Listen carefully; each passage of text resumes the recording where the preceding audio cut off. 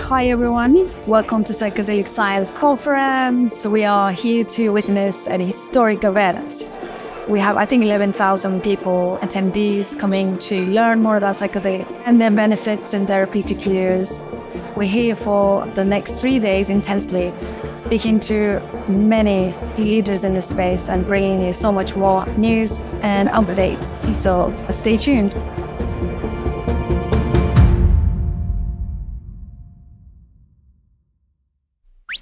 Hi everyone, welcome to another episode of the Psychedelic Conversations. So good to have you here, and so good to have Rick Barnett. He's a clinical psychologist and is also the co-founder of the Psychedelic Society of Vermont. Welcome, Rick. Happy to be here. Thanks for asking me to be on the show. Of course, it's such pleasure on our side, because it's been a overwhelmingly beautiful experience, this conference. And before we begin and dive in, what brings you to the conference? Well, it's a historic moment in psychedelic history to have 12,000 people gathered in one place, all very interested in various aspects of the psychedelic world, whether it's policy or clinical or personal use, recreation. It's an overwhelmingly significant time in the history of psychedelics. So to be here was really special for me. I'm also a speaker this afternoon to help moderate a panel on addiction, psychedelics, and recovery, which is why I think we met up earlier and asked me to be on the show to talk about that subject, addiction, psychedelics, and recovery. So I am somebody who's a clinical psychologist and addiction specialist, and the whole continuum of recognizing addiction, treating addiction, and recovering from addiction is something that has a lot of potential when it comes to psychedelics. So I'm happy to be here and talk more about that. So wonderful. And that's exactly why I wanted to speak with you. And so the addiction and recovery and psychedelics, they're kind of like a little bit of a sensitive area. We get a lot of people emailing us, asking us, isn't it addictive in itself anyway? How does it work? How does it look like in the practical, real life scenario? Because those people are trying to recover from addiction now could develop an addiction to the psychedelic medicines. What are your thoughts on that? Yeah, it's interesting because in 2019, I went to a talk. It was right after Michael Pollan released his book, How to Change Your Mind. And it was Michael Pollan and Matt Johnson from Johns Hopkins University. They were up on stage at a psychology conference, and they were talking about the anti-addictive properties of psychedelics. And as a person in recovery from addiction myself, and somebody who's worked with people with all kinds of addictions, I did stand up at the mic and I asked the question. I was like, are you sure they're anti-addictive? Can't people get addicted to any kind of experience, whether it's retail addiction, gambling addiction, food addiction? And they said, no, these are really anti-addictive properties. There are a small percentage of people who can really get addicted to anything, even psychedelics. But psychedelics do have a nuance and a difference in that they produce an experience that greatly disrupts various mental, emotional, social, spiritual processes that can lend themselves to opening up a pathway towards long-term healthy freedom from addictions. So it's really interesting. Yes, a small percentage of people could develop a problem with overusing psychedelics or using them in an unhealthy way. But by far, most people who use psychedelics will describe them as being anti-addictive. They don't carry the same addictive potential as some other substances, and they seem to show tremendous promise, both in the research and from my personal experience with hundreds of people in recovery from addiction using psychedelics with intention to support their recovery processes. So it's really not like swapping one drug for another. That's sometimes also a criticism. Oh, you're just swapping one addiction for another, or one drug for another, and that's really not the case with psychedelics. Yeah, that's brilliant. Thank you for sharing that. So what is the overarching aspect of, like, for me, I've always thought about the medicine, if it's done properly in a community setting with accountability and some maturity, do you think it can even help those who have the tendency to be addictive or addicted to the medicine? Because what this differentiates someone who swaps one thing to another as opposed to actually using them to recover? Right, exactly. Yeah, that is a very important piece. The set and setting matter. The way in which you use these substances, if done with intention, can be something that maybe prevents an addictive process from unfolding, can interrupt an addictive process. I think, even using psychedelics in a fun and recreational way, I don't like the word recreational because it has a negative connotation, but a celebratory way to celebrate life, to be engaged with life in new and fun ways, with the experience of a psychedelic on board in your system, that can be a healthy, fun process. And it doesn't have to mean that somebody's using it to escape or avoid or somehow change their reality in a negative way. It can be a positive thing. And I think with the appropriate community and support, like you said, accountability, it's a very important tool in, just living one's life in a healthy way, and also helping support a recovery process if somebody struggles with an addictive tendencies. Yeah. Yeah, I love that. I mean, in my understanding, I always thought people are addictive because they're isolated, they're alone, they're lonely, they don't have a support system, ecosystem. They don't have all these resources and access to connection, right? And that's kind of breeds the addictive sides of any drugs, or like you said, even retail and gambling, anything that eases the chaos inside. So, and that's why I love the fellowship. I love the community aspect and the accountability, because I have a lovely friend in the UK. She always reinforces that it's the community, the holding, people finding safe spaces, and then the medicine. It's never about the medicine first. It's all about creating the foundation, the infrastructure, and the community holding, right? Yeah. Community and fellowship is so important. So we have a whole lineage, we know, in the recovery community based in the 12-step model. So Alcoholics Anonymous, founded in 1935 and sort of blossoming into 200 or 220 some odd different 12-step fellowships, whether it's Codependence Anonymous, Food Addiction Anonymous, Sex and Love Addiction Anonymous, Alcoholics Anonymous, all these different anonymous meetings. And there's several overlapping concepts there and experiences for people who resonate with that approach, and that is community and fellowship, a safe container where you can share your experience, strength, and hope with each other. But also there are spiritual principles and there are practical principles, and all of these things that we find in a 12-step lineage are also found in elements of psychedelic experiences. So the harmony I've seen between people who use psychedelics intentionally for the purposes of personal growth, exploration, to treat trauma, to treat depression, anxiety, to treat addiction, can find a community in a 12-step fellowship that doesn't have to be based on a specific drug or addictive behavior, but just the principles of the sort of the rudimentary essential principles found in 12-step recovery and found in a lot of other places, frankly, combined with the fellowship, combined with the community. It's a safe space to share experiences and support an ongoing recovery process. It's a beautiful thing to watch unfold over the last 3 or 4 years. It's really mostly an online community called Psychedelics in Recovery. And there are also in-person meetings popping up all over the place now.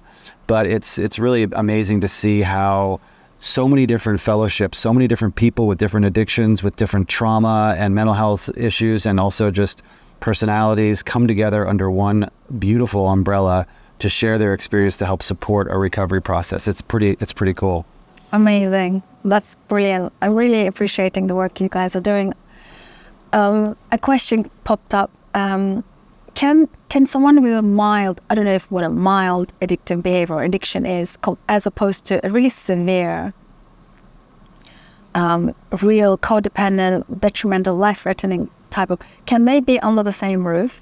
Can it hold all different walks of life from different kind of codependencies? Yes, I think so. I think that, it is tricky when you think about the active hardcore addiction phase, whether that's you're deep in your gambling addiction or deep in your sex addiction or deep in your alcohol or drug addiction. How do you sort of bring somebody to the point where like, hey, use this drug, have this experience, and you can do this. It's going to help shift this. Maybe some people need to find traditional path to recovery for the first week or two or month or two or maybe even year or two before they venture into using a psychedelic experience. However, some people find that just stumbling across being called to an ayahuasca ceremony or a 5-MeO DMT experience or a high-dose psilocybin journey, even if they're in the midst of their active addiction, that can actually allow some space and time to reflect very differently on what their lifestyle has become. So it's really kind of an interesting thing. You know, people come into community in psychedelics and recovery from all different phases, whether it's mild addiction, maybe thinking they have they come from a family of addicts and they want to prevent becoming addicted, or they're in their active addiction, or they've been sober in a traditional recovery program for 10, 20, 30 years, and they are interested in exploring the use of psychedelics to continue their healing journey.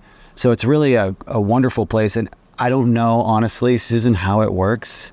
It's so amazing, but people are able to come together and talk about whatever path they're on, whatever part of their journey they're on, they can come and find connection. And like you said earlier, it's about connection to other people who are on the same path. Yes, that's kind of been my experience. I always thought the connection first, the foundation, and then community, and then the medicine. It's like never about the medicine. I know we are talking more and spreading the word about the psychedelic medicines, but I know that that's just the tip of the iceberg. There's so much more work that goes beyond. And I was going to ask, do you also get people actually have partners or parents or children, siblings who are really in the thick of the addiction and they're not addicted themselves, but they're coming in to help them? Yeah.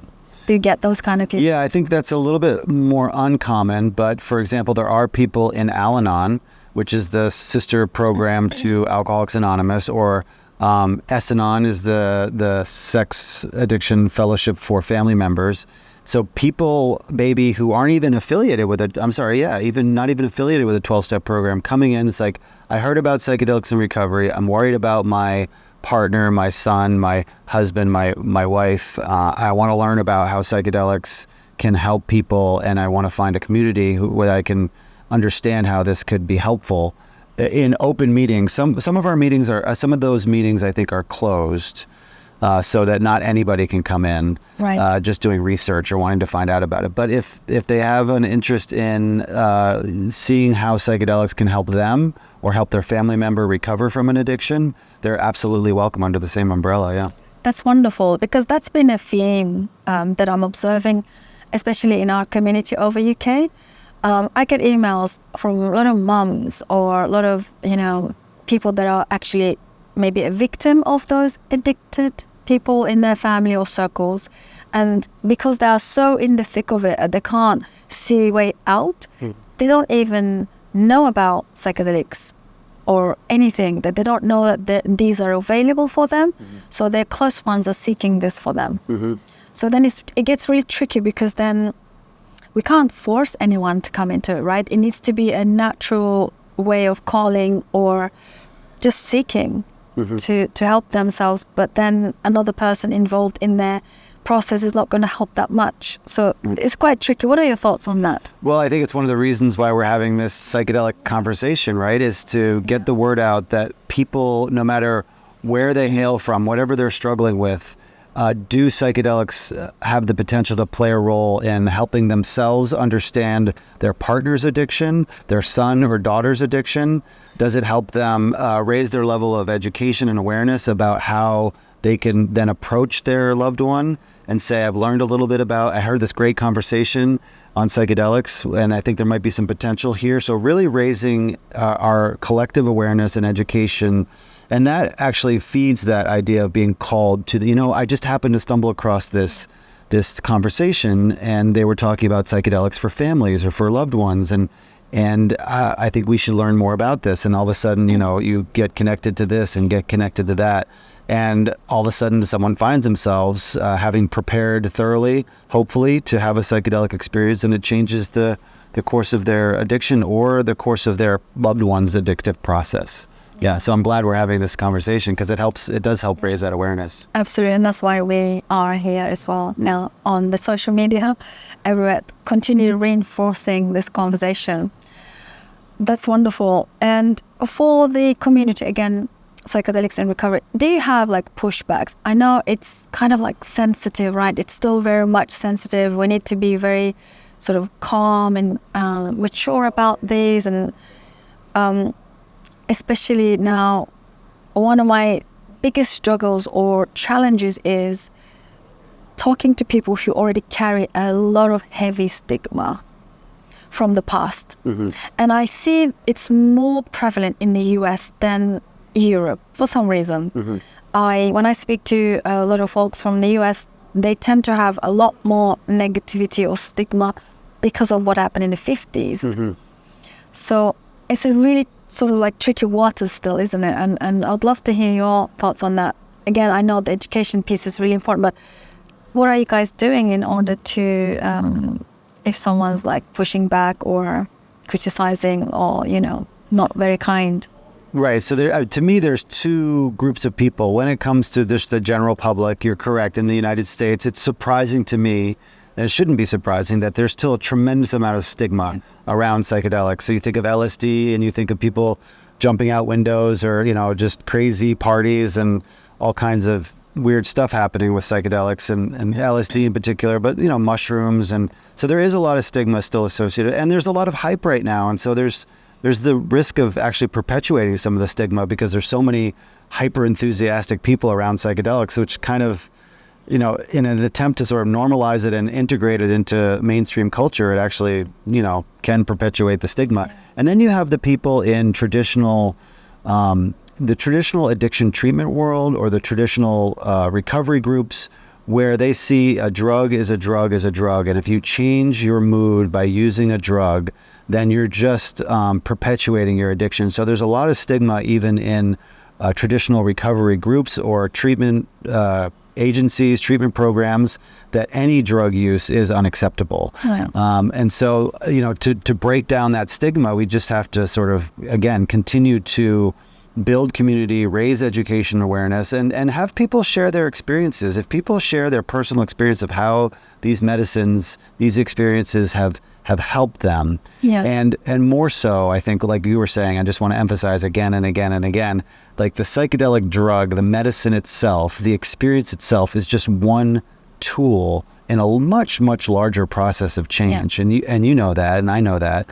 So we can bring the drug, the medicine, front and center and say, this is what the drug does, this is how it acts on the brain, this is my spiritual experience with this medicine, life-changing thing. But really, what is the work that you're doing on a day-to-day basis? Right. And, as long as we're highlighting that as well, like these are the ways in which my life has changed. I read books more now. I spend more time in nature. My meditation practice has really grown tremendously. I've met so many really cool people and developed such wonderful community of people I stay in touch with. So not so much the medicine itself.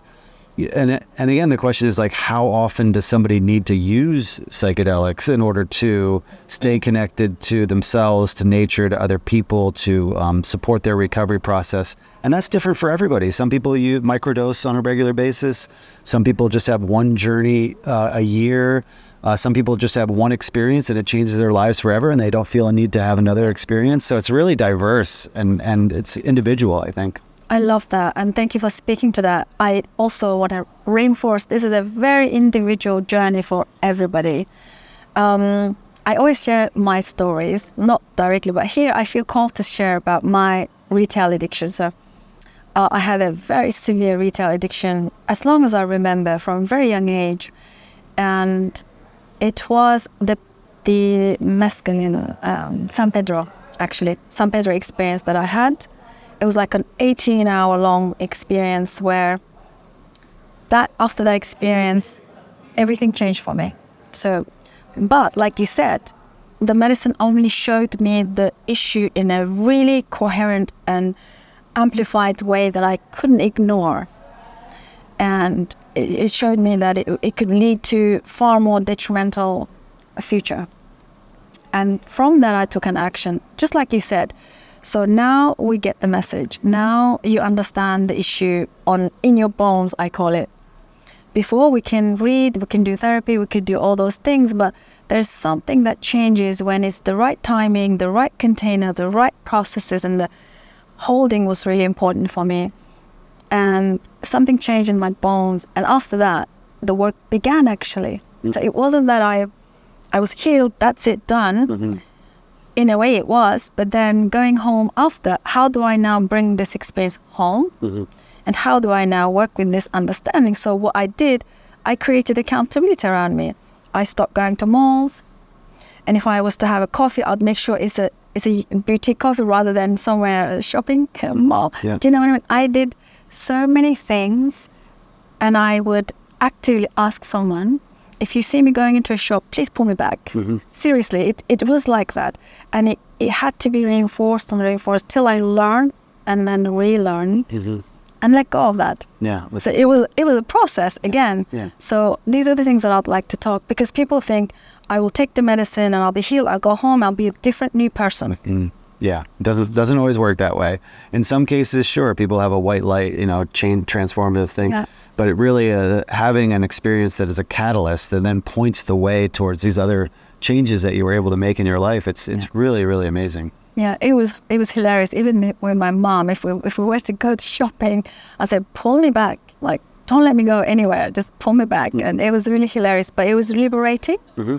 It was also, I connected with her in a different way that way. It was not like this weird energy, escape and go and do secret shopping. You know what I mean? Yeah. No more hiding, no more scheming and maneuvering. Right. Addiction is incredibly detrimental. So, but yeah, that was my. Thank you for sharing that. Yeah, and that's so awesome. One of the reasons I really appreciate your community and your work and everything you bring, because I see the value from my own experience, what this could mean to the world and to society. Yeah.